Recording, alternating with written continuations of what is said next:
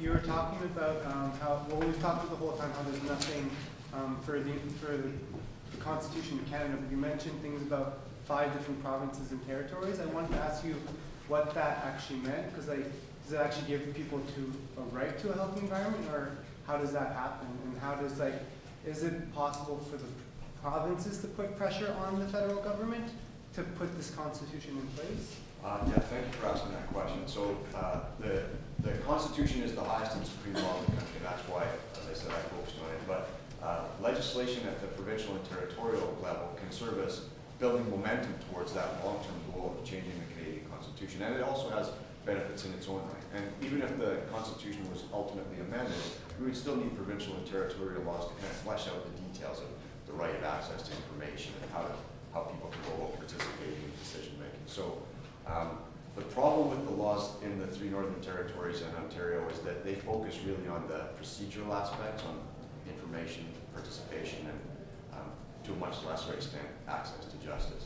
So there have been benefits from those laws, but they haven't focused on really the substantive right to health environment, the right to clean air, the right to safe water, the right to a non-toxic environment. So it would be great if we had legislation of that ilk across Canada, and it was stronger than the existing laws are. And so that's why I think there's an opportunity in Nova Scotia. The Provincial New Democratic Party Environment Committee published a volume of policy recommendations this summer that included an environmental bill of rights for Nova Scotia. So it's on the radar screen of the provincial government.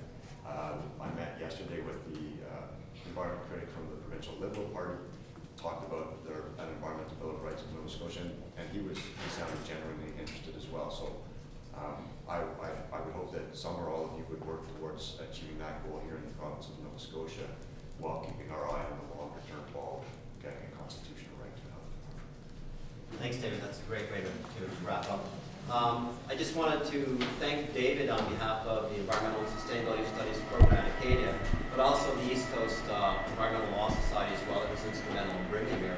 And again, particularly for Tamara. And I just wanted to say, in closing, that you showed some great stories near the beginning that were very inspirational, but you also focused on a couple of people as well that were really inspirational around the world. And I just want to say, in Canada, you're our inspiration, and with the work that you've been doing, and I look forward to seeing your face in some of those slides and the tremendous work you're doing both in Canada and around the world. So thank you very much for coming here. Small token.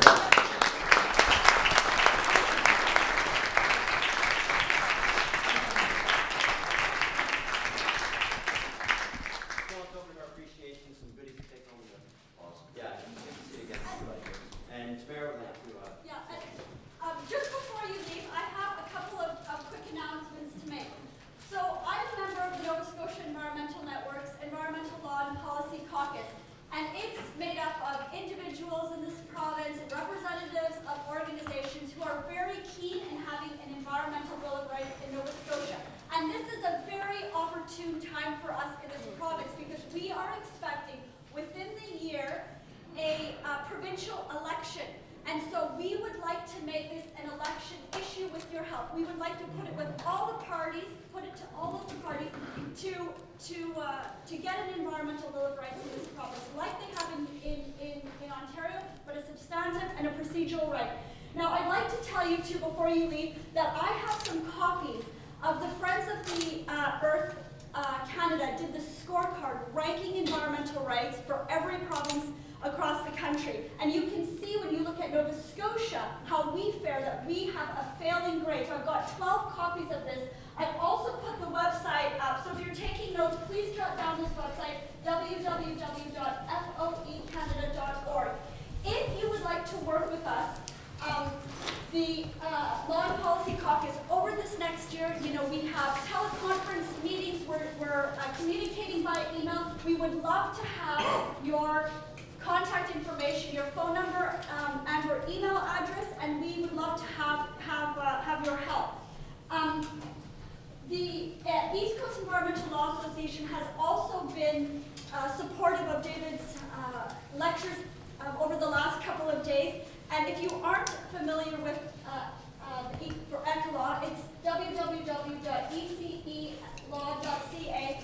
they're doing pro bono legal work. So if you have an environmental issue and you would like some pro bono legal help, they would be happy to assist you. And they are also working with us to try to get an environmental bill of rights for this Scotia. So please check out their website. Check out the website for the Law and Policy Caucus, nscn.ca. Please sign this form if you're interested in supporting our work and getting involved before you leave, and pick up copies of the scorecard. And I would really encourage you to get a copy of his book, because I've read them, and there are many instances where I wrote in the margin, can you believe it, kind of a legal text. It's very easy to read, and it's very passionate.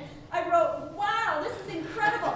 So by working together in this province, we can make it happen in Nova Scotia, but it's going to require all of us working together. We can make it happen in this province. We can be a beacon for of hope in this country. So let's do it in Nova Scotia by next year, this next provincial election. Okay?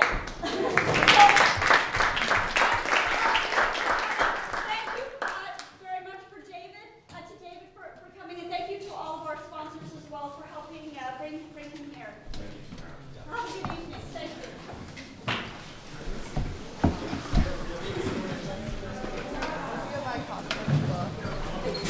I decided I was going to do that with last of my money, and then I'm going to go